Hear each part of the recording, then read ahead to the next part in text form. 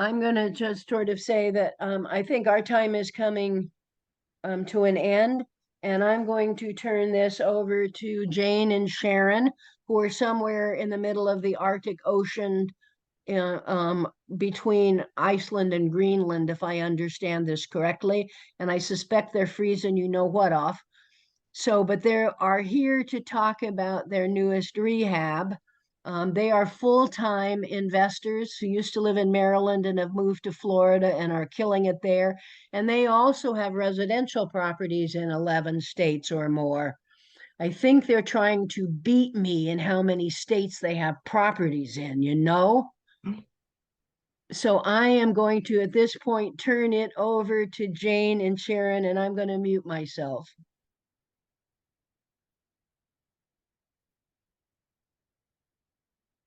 You're muted, Jane. How long have we been doing Zooms and I'm muted? Good Lord. That never goes. Hey, that guys. never goes away. We're not in Florida anymore. Yeah. We're not typically on our phones, so this will be a little bit of adjustment. We're gonna lean on you a little bit, James, for stuff in the comment box, because I think I keep logging me off. I think that's what happened. But thanks everybody for being here. Again, this is sponsored by Virtual REI Academy, and it's just a way for us to give back to new investors, seasoned investors, whoever in the residential space. We did record a webinar. So it's creative ways investing. And basically it's, I think it's about 2 hours, but it's a lot of good information on some subjects that are coming to fruition now with subject to, and some other, lot of creative ways that you can get into real estate with little to no money. I had a bunch of folks here earlier that were going to pop in and say hi, but I think Kelly might say hi. So she's one of my partners in a couple other investments we do. And I think we have Dawn left over there. Maybe she'll say hi too. So have a couple investors here. This is was a trip on the Argus, where it's basically it's not a cruise ship. It's more of an adventure and expedition. Like a scientific expedition type of. It's an icebreaker boat. So we went from Iceland to Greenland. We just saw the Northern Lights. So just one of the things real estate can do for you. You know, tonight we're going to talk a little bit about, but probably not much because we don't have the slideshow that we have. But and fast Wi-Fi or Wi-Fi, yeah, or fast Wi-Fi. But so we closed on a house while we were actually in, you know, coming to Iceland, and that house is in Gary, Indiana, which where we don't live. You know, we don't live there. We're closing the house while we're on a plane to Iceland, and we're coming to you from Greenland, and we live in Florida. So just you know, it's those kind of things are just kind of cool, right? You know, it's you don't have to be there. It's going to be a rehab, and next week we'll start with the walkthrough with how we got a discounted price for closing early. We had to close it quick, so we had to find some funds quick. But we got a $3,000 discount for closing if we close by the end of the month. So we had to accomplish that. You know, how we manage the contractor while we're in Greenland with, you know, and sometimes you have to pay a little extra. We had to get the international Wi-Fi and all that kind of stuff so we could stay on top of things. But you know, we saw the Northern Lights and we bought a house, so that's a pretty good week, right? Yeah. And it's we were able to get the funding through somebody who had a self-directed IRA, so it was sitting there not making money. So now they're happy because we borrowed the money from them, and they're gonna make a return on their investment. So, and you know, if IRAs are great and they're tax deferred, but if you don't use them and the money's sitting in there, then you're paying to have your money sitting there because you have to pay little fees and administrative fees and such to have the self-directed IRA. So they are always looking to have their money moving and get in a solid investment, which is real estate, and then we're able to make some money on the flip.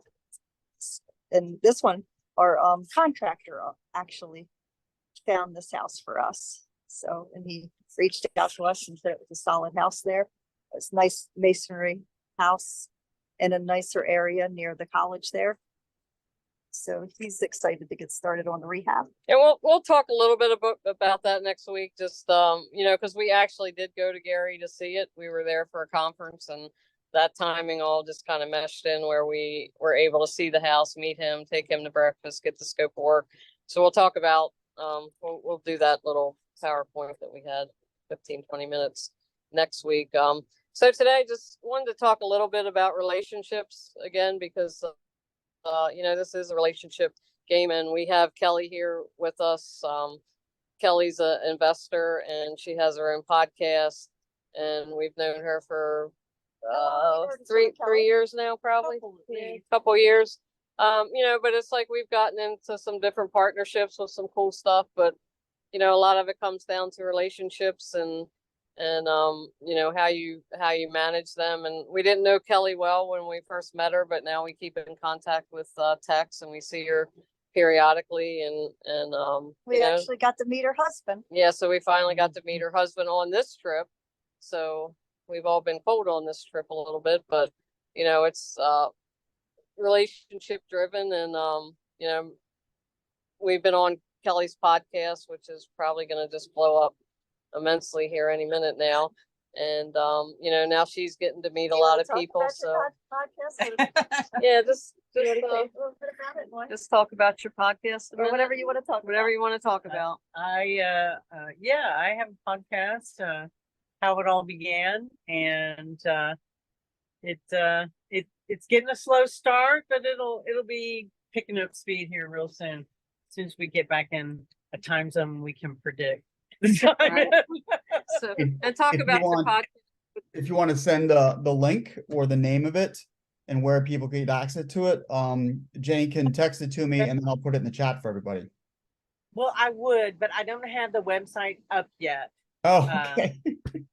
It's not shareable just yet. All Yeah, right, we'll no wait. problem. So what are you Yeah. going to talk about on your podcast? What's Well, the it general area? It differs with each speaker, with each guest, because it's all about, you know, how it began for them. So how it began for Jane and Sharon would be different than how it began with Nicole Breyer and I are yeah, here, right. the owners of the Argus, the ice tugs. So yeah, it differs for each guest invited. Cool. I wonder if you'll see similarities or themes even across industries of people that have been successful and when they started out. I suspect I know a couple of the themes, but it'll be interesting to find out what they are. There are a couple themes that I've already found, and one is Jane's already mentioned it tonight, relationships and saying yes. Yeah. Awesome. Saying And- yes to the opportunity. Yeah, right? and that's a big one for us, which is kind of why we're on this trip. You know, we said yes to this trip, not really knowing anything about it. We didn't know it was, you know, it was going to be not a cruise ship and this, and yeah, we didn't know what it was, but it's turned out to be phenomenal, and we've met some really really good people here. Dawn has ducked out, but she her husband is the ambassador to Finland, but she's also a very accomplished in a lot of ways lawyer.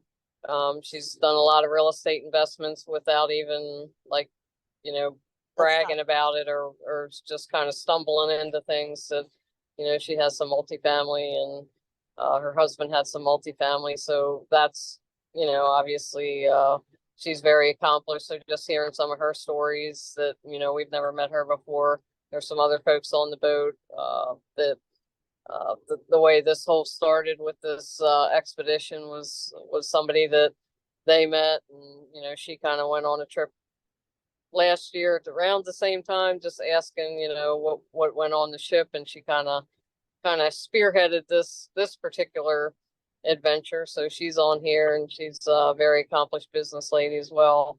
Works for one of the big hedge fund folks. In Wall Street. She works Yeah, in Wall Street.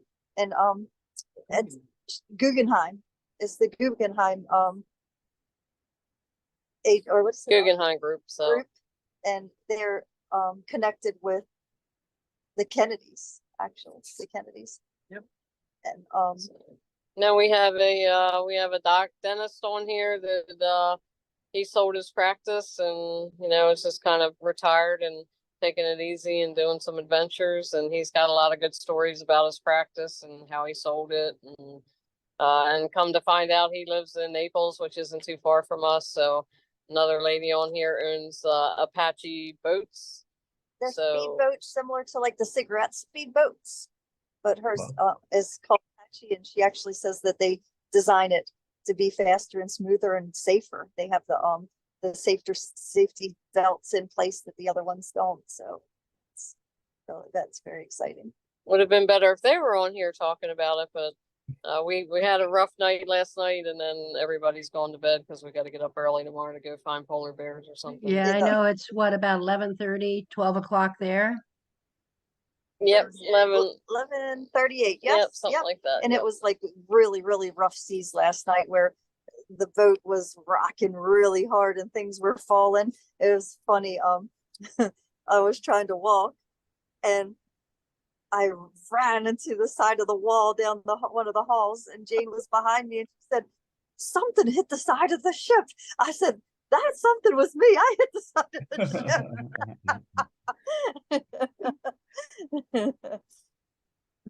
Roy said, "Are we in the cabin of the boat?" We're actually in a little room. It's TV like room. they call it the TV room bar area where we all can gather together. Our cabins, we all have a small cabin and then a shared bathroom. It's not like a luxury cruise ship. It's more like a scientific vessel. So but the two brothers that own this ship, they put it together and really made it feel more at home. They added some things to it to make it more comfortable for us. But you can feel all the bumps in the water, and the waves hitting, and some of the metal objects moving around. They're chained down, but they move a little bit as the ship rocks. So it's interesting, but it's a lot of fun. It really is. And it's just bringing it back to relationships. We just we met a lot of new people. We've made there's some investors here from the Charlotte area, so we got to we knew what they did, but they kind of in our same arena. They just stick close to home. They don't venture out to other states, but we got some little tips and tricks from them and some do's and don'ts. So it's just when you can do these kind of things that build stronger relationships or make new relationships, it's good to do. And so you guys had talked about in the beginning, when you went to some of these things, you were like, I think you said wallflowers or something like that. You would just like stay on the side and like not talk to anybody, not meet anybody. And obviously, now you're much better at it. So kind of in the same theme as the podcast, how did you get started in terms of building relationships and kind of overcoming the, I don't know, shyness, reticence, whatever you want to call it? I think it just for us, it just came with being, I think confidence was one, being more, at some point we learned while we were talking to people that we knew a little bit more than what they did, or that we could talk intelligently without like not thinking, oh my God, we don't know what we're talking about. So I think confidence was a big one. And then just, kind of getting out of our own head, because you realize that you can't do this alone. And, we were doing a lot of the, minimum wage activities that were just keeping us from networking. Like, if we didn't have a bookkeeper and we didn't have somebody else kind of handling things, there's no way we could just come here for 7 days and do any of this without being tied to the phone. We're doing a little bit with the phone, but it's not like we, are doing bank runs and signing paperwork and doing all that stuff. So, and then just getting out of your comfort zone. Like if you want to be successful, you have to get out of your comfort zone and do what you have to do, whether that's, just going up and talking to people. And I think you just get better at it. We recently spoke at a conference in Dallas in front of 700 people. if you would have asked me in 2016 if I would ever do that, I would have never done that in a million years. There And was they like, did an amazing yeah. job. there was Oh, like, thank you, there was Kelly. like no way ever would I have ever even thought I would do that. I mean, we didn't have public speaking in high school, so that was, I've never done that. I never would have thought I would have did it. But if you want to be successful, you have to do things that you don't necessarily like. And the more you do things, once you do things, 2, 3, 4 times, it just gets better. So, going up, talking to people you don't know, just be yourself and talk about what you know and see what they do. I mean, that's always our big thing. We want to see what they do, and have them talking about themselves, and that takes the pressure off of you trying to, tell them what you did. I think we kind of started out too, it was more comfortable to break up into smaller groups. Try to, once the big group was over and people were going into their smaller little groups, kind of connecting with them first to get some comfort level there. And then, getting into the larger group and the larger groups. And sometimes, smaller groups are easier because you can build rapport more quickly and kind of put yourself out there a little easier. So, and then, kind of build up to it. I think that's a great call out in terms of, well, 2 things. When I started doing it, I just went to a meeting and said, you know something, I just want to meet one person. That's all I want, just one person. And then I didn't meet anybody the first couple of times still, but then I met one person the next time. And then, just like you just talked about, getting confident. And now I can walk into a room and meet 30 or 40 people. It's no big deal, but it's a process, right? Right. And then the other thing you said, which I thought was so important, which I think just left my mind. Oh, I know what it was. That I think you nailed it spot on in terms of ask other people about themselves, Yes. and just listen. And you will find that people are like, wow, I really enjoyed talking to them, when they actually did all the talking. All you did was listen, but it takes all the pressure off. So I agree with you 100%. To get them to talk about themselves. And it takes all the pressure off you. So good call out. Right. And it's more interesting because, you don't, and we're pretty, we don't like talking about ourselves anyway. So that just goes kind of hand in hand, but it is, you want to see what they do and then hear their story and all that stuff. And then you can kind of compare notes and go from there. Kelly, anything to add to that? I'm reminded of one of the first, conferences we attended together, and it was in Dallas, and we were all talking about what each of us did, and these ladies were talking about how they had different properties and they were holding them, they weren't flipping everything, they were holding. And I was like, okay, well, where do you have these? And they started naming all these different cities where they had these houses, and they had all of these numbers. Well, we got like 7 in Gary, Indiana, whatever the numbers were, right?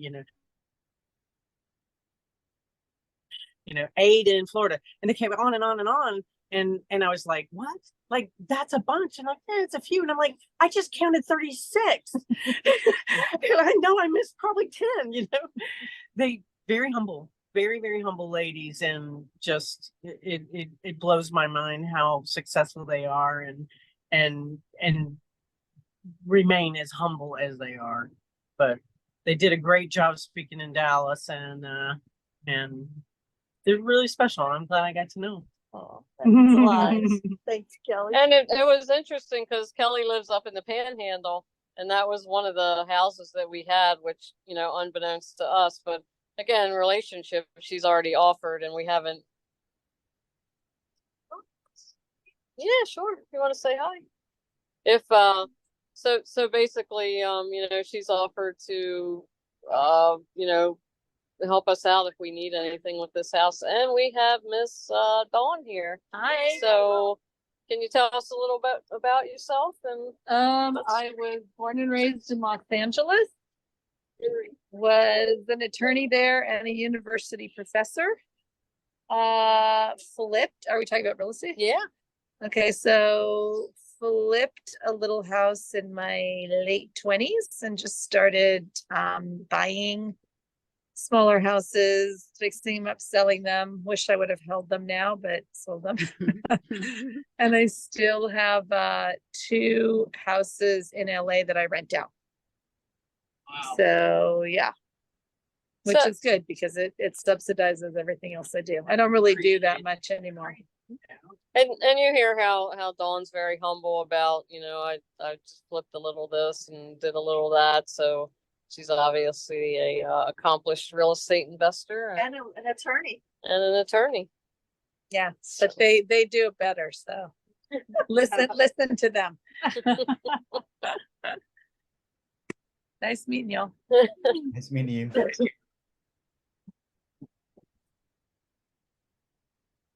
So again, just keep your relationships and keep talking to people and keep in contact with people too. That's see what they need as opposed to always what you need. And yeah. And I guess at this point, we'll probably take some questions and then we'll maybe call it an early night. If Yeah, it's about midnight there. You should guys go to. So how did you find this property that you closed on when you were flying?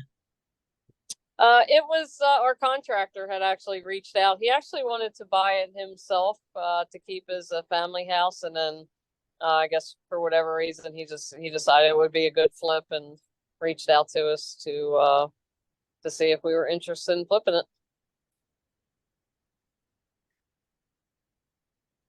And it's a nicer area of Gary where it's like a little outside of Gary and it's not too far from the college and the better school areas there. So it's and it's a nice brick solid house.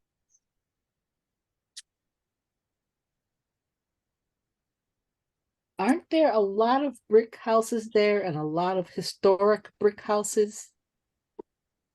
That is one nice thing about that area where there are older, solid, nice foundation masonry and brick houses there that Yeah. does have an appeal. And it's funny, Gary has a lot of similarities to Baltimore with, block by block different areas, but it's interesting where you could have a house that was burnt out, and I don't know, for some reason they have a lot of houses that were burnt out in Gary, but you could have a burnout house and then a couple doors down you'll have a very nice, remodeled house, and they don't, the folks that buy there don't really look at that burnout house. Our contractor does a good job. If there's a eyesore to the right or the left or even across the street, he'll clean it up and put a fence up or do something so you don't, that doesn't take away from your curb appeal, and he usually does that at a very minimal price. Wow, great idea. Anybody else have any questions? So what are you going to talk about next week when you're back home and warm? Yeah, we're actually going to bring up the PowerPoint we had that didn't quite we couldn't quite get fired up tonight, but just kind of how we found the property, The prices. the prices, the contract, and then we'll kind of walk through step by step as to how we got the money and all that stuff. That'll be part one, and then we'll just kind of continue through. You will do and, like step by step how we got the house, the scope of work, the whole, the whole system one start to finish. Kind of break And it then we'll down. do some walkthroughs and see how the rehab goes up until That'd the be sale. great. Yeah, we won't do that every week, but we'll maybe do an update at least once a week, and then a couple of the heavier topics we'll do a walkthrough or go through the scope of work, etc. Because it looks like he can knock this out in less than 2 months. So it'll be a nice. That's great. Case studies are awesome. All right, well, I suggest we let you guys go because it's after midnight there and it's kind of rough seas, so go get some sleep. And stay away from the bulkheads, Sharon. Exactly. I don't want to look like a bug on the windshield again. Smash.